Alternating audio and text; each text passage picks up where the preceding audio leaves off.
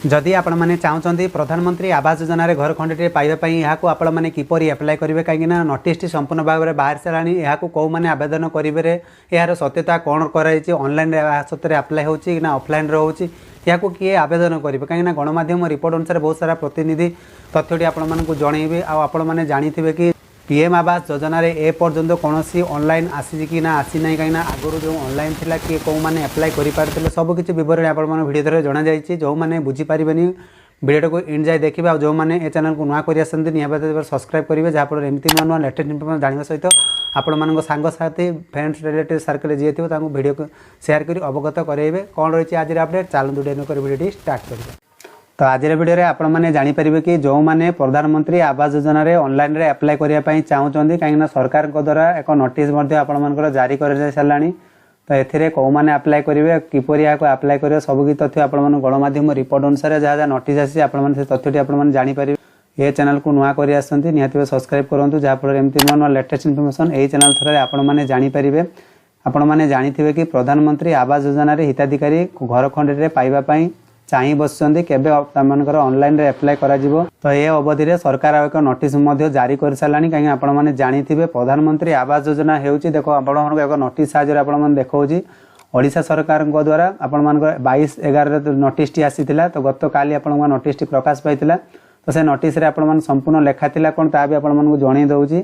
तो से लेखा थिला कि एत द्वारा निम्न शाखार दृष्टिगोचर क्रमे सदर बालेश्वर पंचायत समिति अंतर्गत 37 गोटी ग्राम पंचायत समस्त जनसाधारण अवगति निमंते जणाई दिया जे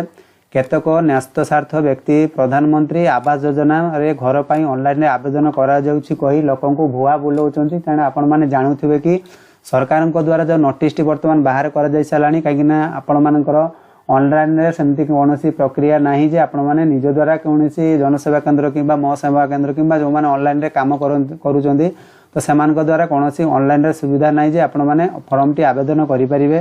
तो सही परिप्रेक्षी में आपण मैंने देखिपे कि जो मैंने कि प्रधानमंत्री आवास योजना ऑनलाइन कही आपण मानक कौन रोचे ना जनक पिछा 200 टंकार 250 टंका पर्यंत खर्च कराऊँ जहाँकि आपण मैंने जानी नथिबे कहीं प्रधानमंत्री आवास योजना अधीन में कौन ऑनलाइन ए पर्यंत भी आपण मानक आसी ना जिते कहीं जिते से किपर यहाँ एप्लाय कर मन में प्रश्न आसुव कौन से एप्लाय कर देखु तो समाज रे एमिति भी लोक थांती जो मानकर आर्थिक समस्या जहाँ भी तो से पैसा आकार से नहीं जाए तो आपण मैंने हैरान पड़े कहीं ये जो से एप्लाय करुँच किपर एप्लाय करुँच सरकार द्वारा जो जनशुणाणी पोर्टाल रही से अभियोग पंजीकरण कराऊँ जो आपण मैंने पीएम किसान आवास योजना टी भावुं आपण एप्लाय कर दौरान कि वास्तव नुहे से आपण जनशुणाणी पोर्टाल जो रही सरकार से अभियोग दाखल कराए कहीं देखो जिते कौन परिवार कौन समस्या है जहाँ अवधि माने सूचना दे आपण मैंने पाइले ना से अभियोग कर सरकार पाख डाटा टी पठाई जाए जहाँफल से जनशुणाणी पोर्टाल द्वारा आपण से अभियोग दाखल करा जहाँफल आपण मैंने जानूथे कि आपण प्रधानमंत्री आवास योजना से एप्लाय कर वास्तव में भूल कथा तो आपण मैंने देखिपे सरकार द्वारा निर्देश टी बाहरी किंतु प्रकृत से जनशुणाणी पोर्टाल रे अभियोग पंजीकरण कराऊँ जहाँफल आपण मैंने जो 200 टंकार 250 टंका खर्च कराऊँ जहाँफल आपण मैंने हैरान पड़ुंट तो तेबे यह अत्यंत दुखदायक अटे तेणु उपरोक्त तथ्य प्रमाणित हुए कहीं आपण मैंने जानी कि पीएम आवास योजना रे जो हिताधिकारी माने जेकोसी जनसेवा केंद्र किंबा ऑनलाइन सेंटर किंबा कर्मकर्ता जो मैंने काम करुँच से द्वारा क्या पाखु 200 कि 250 टंका नहीं कि आपण मानकर एप्लाय करुँच से तथ्यटी संपूर्ण भाव प्रमाणित हुए तेबे उक्त व्यक्ति निर्दिष्ट आईन अनुजाई से कंप्यूटर सेंटर और जनसेवा केंद्र कर्मकर्ता आईन अनुजाई दृढ़ कार्यानुष्ठान करा बोली नोटिस टी संपूर्ण भाव में ओडिशा सरकार द्वारा जो पंचायत समिति कार्यालय सदर बालेश्वर नोटिस टी बर्तमान बाहरी साराणी जे जो व्यक्ति ये काम करुवे तो आपण मैंने सचेतन रुहतु जनसाधारण को सचेतन करातु तो आप देखिपारे कि प्रकृत में प्रधानमंत्री आवास योजना रे नुआ घर पर ऑनलाइन आवेदन प्रक्रिया सरकार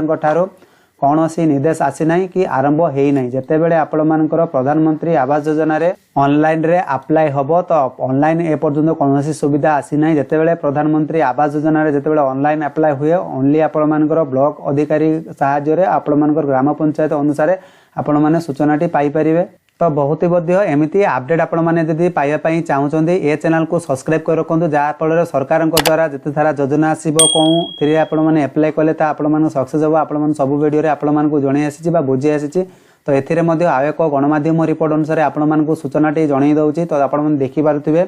आवास योजना घर आवेदन नाम चली ठकामी तो आपने मिछटारे आवेदनकारी गणुंट 100 ରୁ 250 टंका तो आपने देखिपे गणमाध्यम रिपोर्ट अनुसार ये आपण सूचनाटी आसी सारा तो 22/11 आपण देखिपे जहाँकि आर्टिकल प्रकाश पाई सारे तो साधारण गरीब खटिखिया लोकटी चाह बसी थाए केतेबेले सरकार तरफ मुंड गुजिया छात घर टे मिल आउ एथिपाई सरकार आनी प्रधानमंत्री ग्रामीण योजना जहाँकि सरकारी कर्मचारी अवहेला जो जो मैंने योजना रूपायण कर सठिक भाव में तो जहाँफल से मैंने परिवार जेपरिक वयस्क बापा कि जवान पुओं को आवास योजना 2टी लेखा घर मिल जाऊँगी तो आउ केतेबेले स्वामी स्त्री को 2टी घर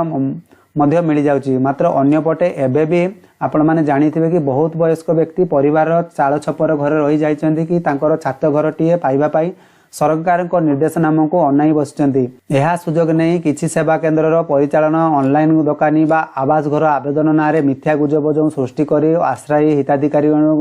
मानक ठारू आवेदन करी फीस नाम बा घर नाम पीएम आवास योजना नाम आपण मानकर जो 100 टंका कि 250 टंका जो बेनियम भाव में अर्थ आदाय करुचंती तो घर आशारे बहुत योग्य हिताधिकारी सहित किसी अयोग्य भिड़ मध्य से केंद्र सेवा आगे देखा मिलता है प्रशासनिक अधिकारी कहवा अनुसार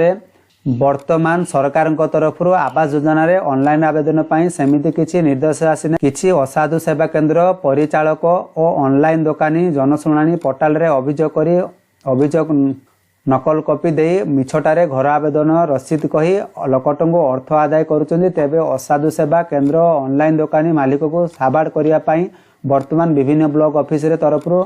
जनप्रतिनिधि और पुलिस अधिकारी को ए विषय रे सूचना दिया जाइछि तो आपण माने देखि पारिले जो आवास घर ना रे आपण मानकर ठकामी चली ऑनलाइन कहि कि आपण मानकर जनशुणाणी पोर्टाल रे से माने अभियोग कराउछन्ती जहाँ फल आपण मानकर रिसिप्ट धरई दउछन्ती जहाँ फल आपण माने जो एप्लाय बाबद रे काको 200 टंका काको 250 टंका ए भली आपण माने दउछि तो ए सब खर्चांतरे आपण माने बंचिबा जदी चाहुछन्ती